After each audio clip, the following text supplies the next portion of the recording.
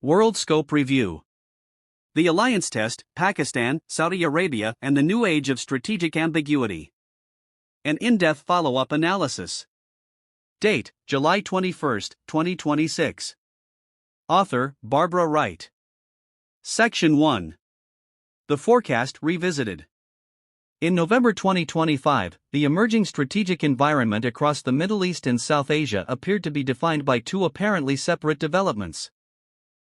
The first was a quiet but consequential reordering of regional relationships, particularly the deepening strategic relationship between Pakistan and Saudi Arabia.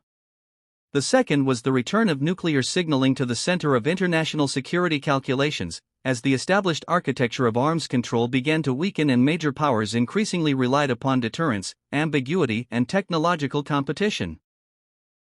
At the time, the central question was whether these developments would remain parallel trends or eventually begin to interact. The events that followed suggest that the distinction between them is becoming increasingly difficult to maintain. The Pakistan-Saudi relationship has moved beyond the language of strategic partnership and into a more operational phase. The two countries' defense relationship now carries consequences for military deployments, regional deterrence, and the calculations of neighboring states. In April 2026, Saudi Arabia publicly announced the arrival of a Pakistani military force, including fighter and support aircraft, under the Strategic Mutual Defense Agreement. Subsequent reporting indicated a substantially larger deployment involving thousands of Pakistani personnel, combat aircraft, and air defense capabilities. At the same time, the nuclear order has become less legally constrained. New START, the last major treaty limiting the strategic nuclear arsenals of the United States and Russia, expired on February 5, 2026 without a successor agreement. For the first time in more than half a century, the world's two largest nuclear powers are no longer subject to legally binding limits on their strategic arsenals. The significance of these developments lies not only in the individual events themselves, but in their interaction. Alliances are becoming more explicit at the regional level at precisely the moment when the global systems designed to constrain strategic competition are becoming weaker. The result is a security environment in which commitments are hardening while the rules governing escalation are becoming less certain. The question for Pakistan is therefore no longer whether its relationship with Saudi Arabia will acquire strategic consequences. It already has. The more difficult question is how far Islamabad can deepen its defense relationship with Riyadh while maintaining diplomatic space with Tehran, managing its rivalry with India, and avoiding the transformation of regional conflict into a series of interconnected crises. End of Section 1. Section 2. From Partnership to Commitment. The original analysis identified the Pakistan-Saudi relationship as one of the most consequential emerging realignments in the region. What has changed since then is the degree to which that relationship has moved from diplomatic signaling towards practical military cooperation. The Strategic Mutual Defense Agreement has created a framework in which aggression against one partner is treated as a matter of concern to both. The full details of the agreement remain confidential, but the principle is strategically significant. Its deterrent value does not depend solely upon the number of troops or aircraft that either country can deploy. It depends upon the uncertainty surrounding the circumstances in which the agreement could be activated and the scale of the response that might follow. That uncertainty is not necessarily a weakness. In strategic affairs, deliberate ambiguity can itself be a form of deterrence. A potential adversary does not need to know precisely how an ally will respond if it believes that the response could be substantial.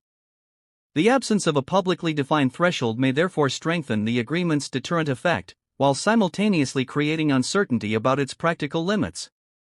The agreement's most important development has been the movement from symbolic partnership towards operational credibility.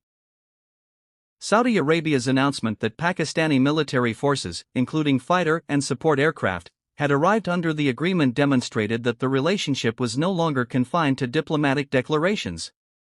The deployment gave physical substance to the defense relationship and provided Riyadh with an additional layer of military reassurance at a time of intense regional instability. This development also changes the strategic calculation for Pakistan. A military presence in Saudi Arabia creates influence, but it also creates exposure. Pakistani personnel stationed in the kingdom are no longer merely representatives of a bilateral relationship. In the event of a wider regional conflict, they could become part of the strategic environment being contested. The relationship therefore contains a fundamental paradox. The more credible Pakistan's military commitment to Saudi Arabia becomes, the greater the deterrent value of the partnership. Yet the greater its deterrent value becomes, the more difficult it may be for Pakistan to remain completely detached from a crisis in which Saudi Arabia is directly involved. End of Section 2. Section 3. The power of deliberate ambiguity. The agreement's most significant strategic feature may be its deliberate ambiguity. While it does not publicly transform Pakistan's nuclear arsenal into a formal nuclear umbrella for Saudi Arabia, the existence of a defense relationship involving a nuclear-armed state inevitably creates questions about the boundaries between conventional protection, extended deterrence, and strategic signaling. Those questions have been intensified by the political language surrounding the relationship. Pakistan's nuclear status, Saudi Arabia's security concerns, and the existence of a mutual defense commitment exist within the same strategic environment. Even without an explicit nuclear guarantee, the possibility that Pakistan's broader deterrent capability forms part of an adversary's calculations may strengthen the agreement's deterrent effect. The distinction between a formal nuclear guarantee and the political perception of extended deterrence is therefore important. Pakistan may not have committed itself publicly to defending Saudi Arabia with nuclear weapons. Yet strategic ambiguity allows Riyadh to benefit from the psychological and political consequences of its relationship with a nuclear-armed partner without requiring Islamabad to make an explicit commitment that could dramatically alter regional non-proliferation calculations. At the conventional level, Pakistani military personnel and air assets deployed under the defense relationship have assumed greater operational significance. Rather than representing symbolic cooperation, these deployments provide a visible security component that enhances the credibility of the agreement. The presence of Pakistani forces demonstrates that the relationship can produce practical military consequences and that cooperation can move rapidly from diplomatic language to physical deployment. Iran, in turn, must incorporate this development into its own strategic calculations. Islamabad has continued to preserve diplomatic channels with Tehran, but the existence of the defense relationship with Riyadh means that Iran can no longer assess Saudi security in isolation from Pakistan's military posture. The result is a delicate form of deterrence in which the precise limits of Pakistan's commitments remain unclear. That uncertainty may itself be the agreement's most powerful strategic instrument. End of Section 3. Section 4. Pakistan's impossible balance. Pakistan's strategic position has consequently become more complicated rather than more straightforward. The country is simultaneously a nuclear-armed South Asian state, a neighbor of Iran, a military partner of Saudi Arabia, a strategic partner of China, and a state locked in a long-standing rivalry with India. Each relationship carries its own security logic, and those logics do not always point in the same direction. For Islamabad, the Saudi relationship offers substantial strategic and economic advantages. Riyadh possesses financial resources, energy influence, and regional political weight. Pakistan brings military capability, a large and experienced armed force, and a strategic position connecting South Asia, Central Asia, and the Middle East. The relationship therefore offers both countries something that neither can easily obtain alone. But the same relationship also narrows Pakistan's room for maneuver. A country can maintain multiple partnerships when those partnerships remain primarily economic or diplomatic. It becomes more difficult when those relationships begin to involve defense obligations. Pakistan's ability to maintain a balancing relationship with Iran is therefore likely to become increasingly dependent upon the precise interpretation of its commitments to Saudi Arabia. This is the central dilemma of Islamabad's emerging strategic posture.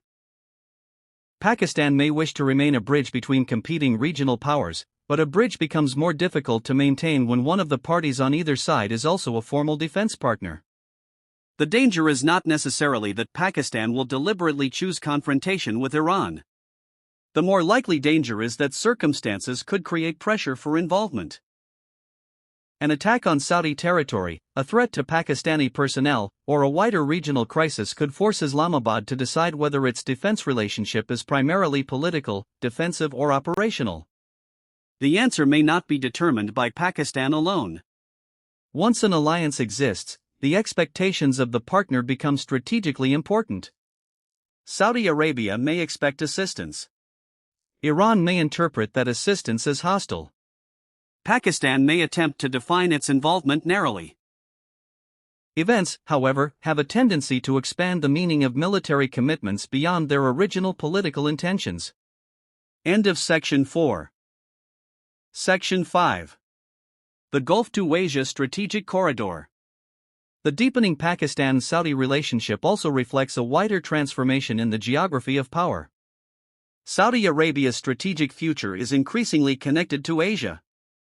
Energy markets, investment flows, infrastructure projects, and economic diversification have all pushed Riyadh towards deeper engagement with Asian powers. Pakistan occupies an important position within this broader geography because it connects the Gulf to South Asia and lies within the wider strategic environment shaped by China, India, and the Indian Ocean.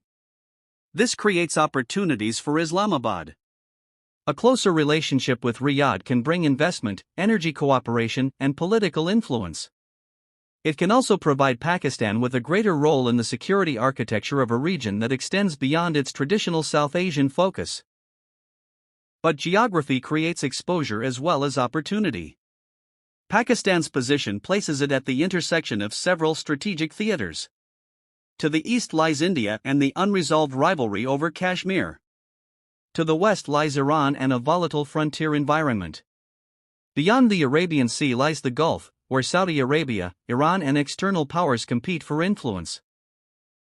Further north, China remains Pakistan's most important strategic partner and a central actor in the wider transformation of Eurasian power. Pakistan is therefore not simply